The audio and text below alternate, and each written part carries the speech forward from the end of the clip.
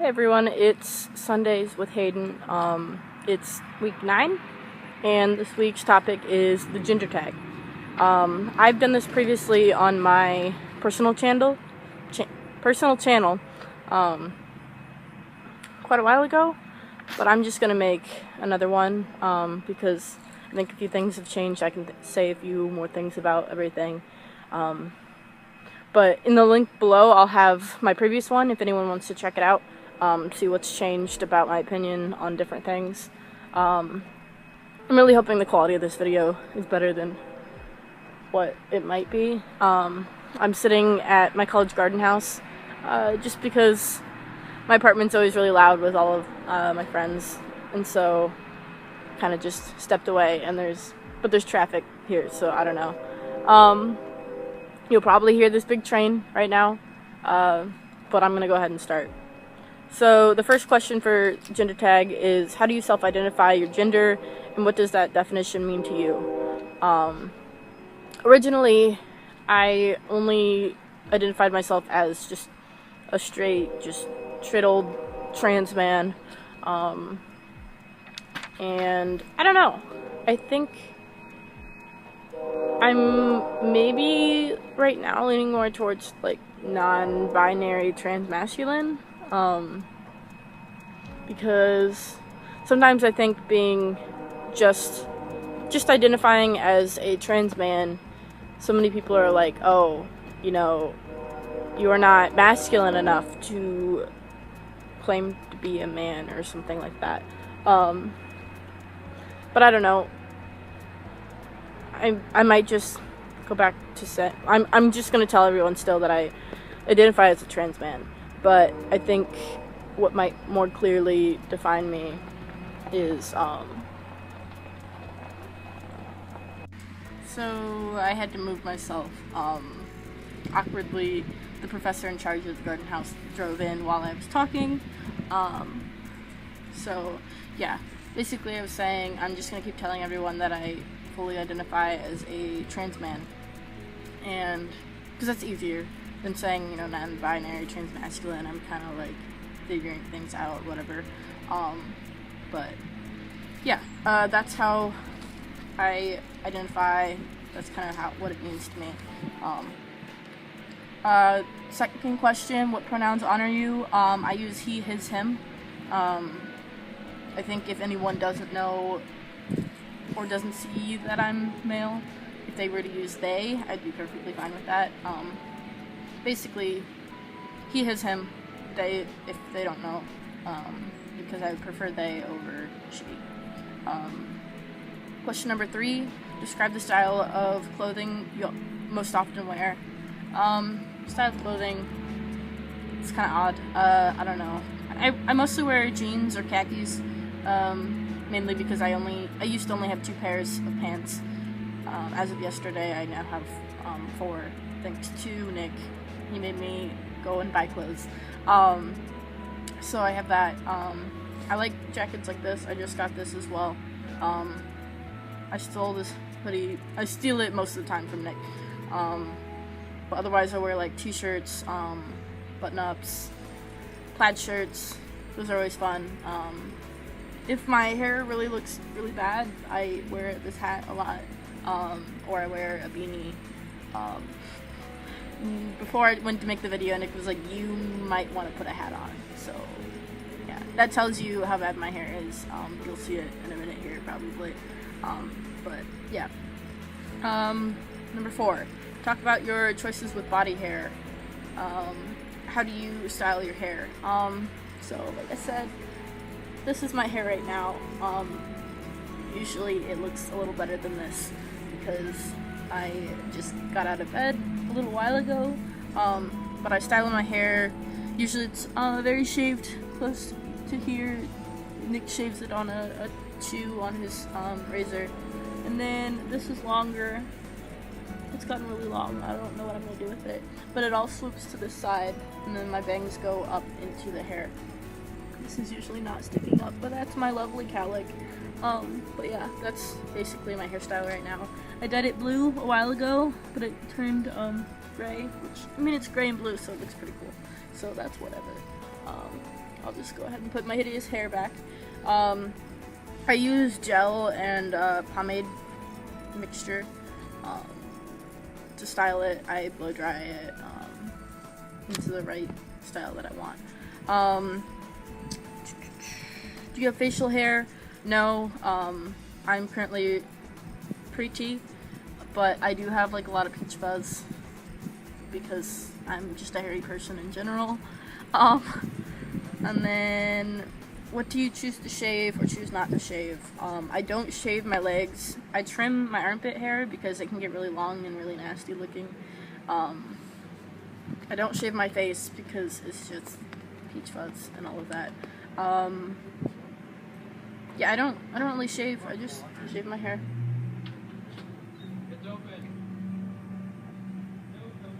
Awkwardly, people walking past. Nowhere is a good idea to make this video. Okay.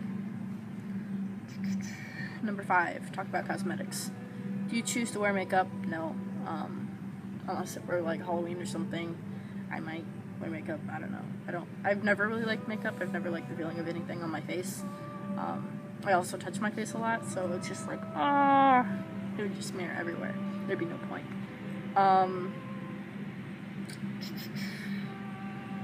Do you paint your nails? No. Never liked nail polish. What types of soaps and perfumes do you use, if any? I'm gonna think you have to use some sort of soap, otherwise you don't shower properly. I use Suave for men. It always has to say for men for some reason, but it's Suave for men right now. For my hair I use dandruff shampoo because I deal with dandruff. And then I use just 2-in-1 body wash, shampoo, Suave for men. I don't remember the smell. Doesn't smell too heavily of anything. Though at one point I might want to buy Axe body wash, because that's sometimes really fun. For deodorant I use Degree for men. It smells a little more strong, but I don't remember what kind it is. I think I say it in my other gender tag video, so if you're curious you can learn from there. And then sometimes I use cologne from Nick. There's a specific one in a clear bottle with clear liquid that smells really good that we both often use, but I don't know the name of that either.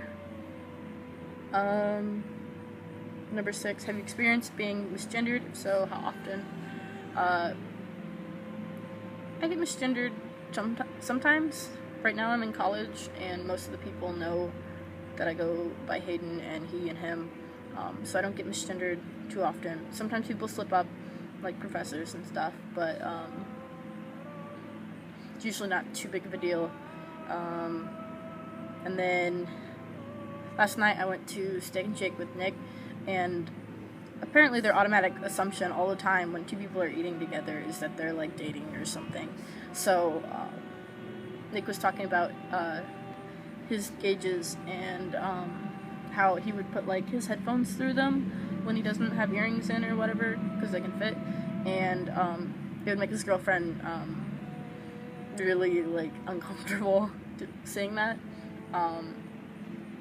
And one of the waitresses was like, how do you feel about that to me? And I was like, I mean, like, so I was like, I don't know. I don't know if she thought that by girlfriend he meant me or whatever. So that was awkward for that moment. But yeah, I don't get misgendered too often. I think I pass fairly well, even though that's kind of a controversial term to use. Go open the door, bro. You don't open it. It's not open. I remember you talked. Open the door. It's not open. You open it. Alright.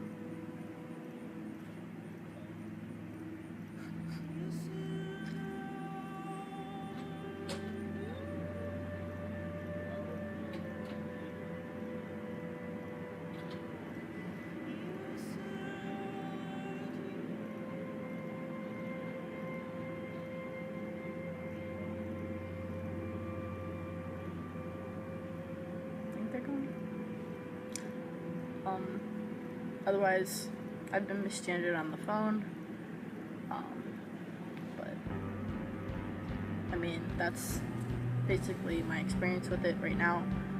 Most misgendering comes from my family. My parents aren't willing to call me the right name or pronouns. That's something that I'll more address in the next video, because next week is about family.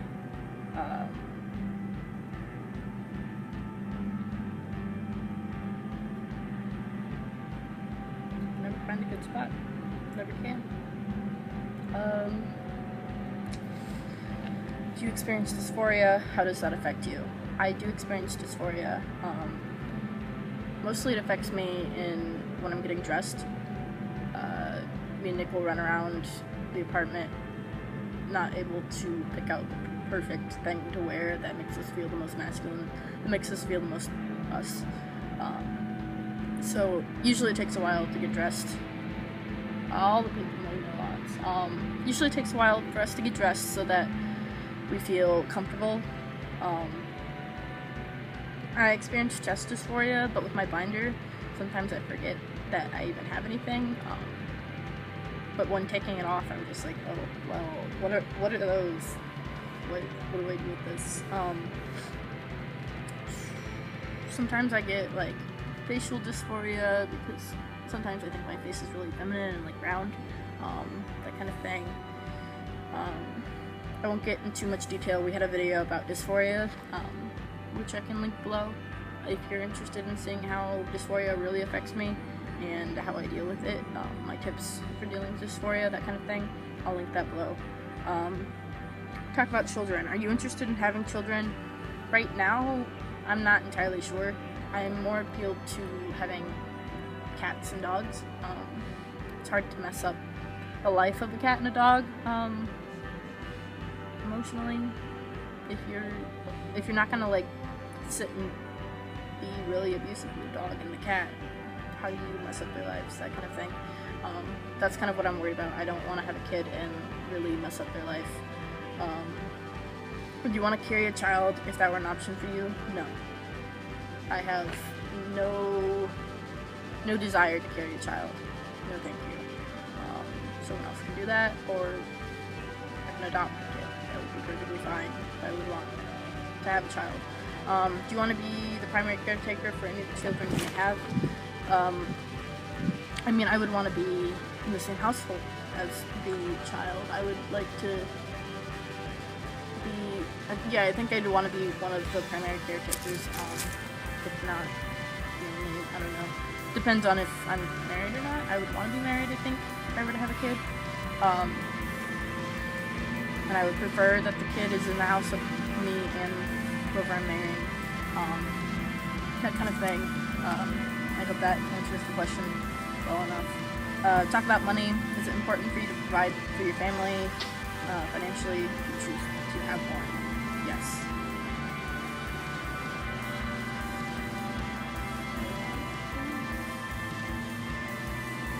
I want to provide for my family financially because it makes me feel like I'm doing something. I'm making a difference. Otherwise, I feel like a bum. I'm not actually making any money. This is how I take that. Because if I'm making money and I have a family, I think that I would use some of that money to at least provide for them. It's important for you that you earn more than your partner. If you have any partner you may have, no, that's not important. If they make more money, good on them.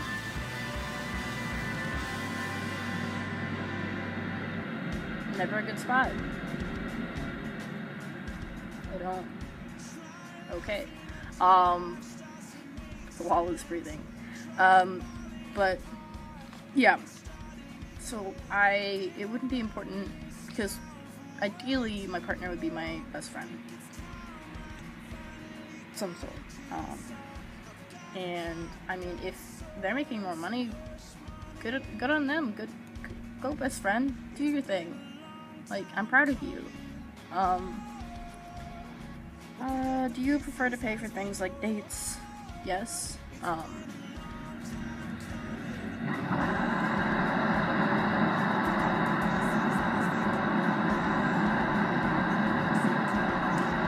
I prefer to pay for things like dates, because when someone else pays, I kind of feel awkward. I think that's a lot about how I grew up.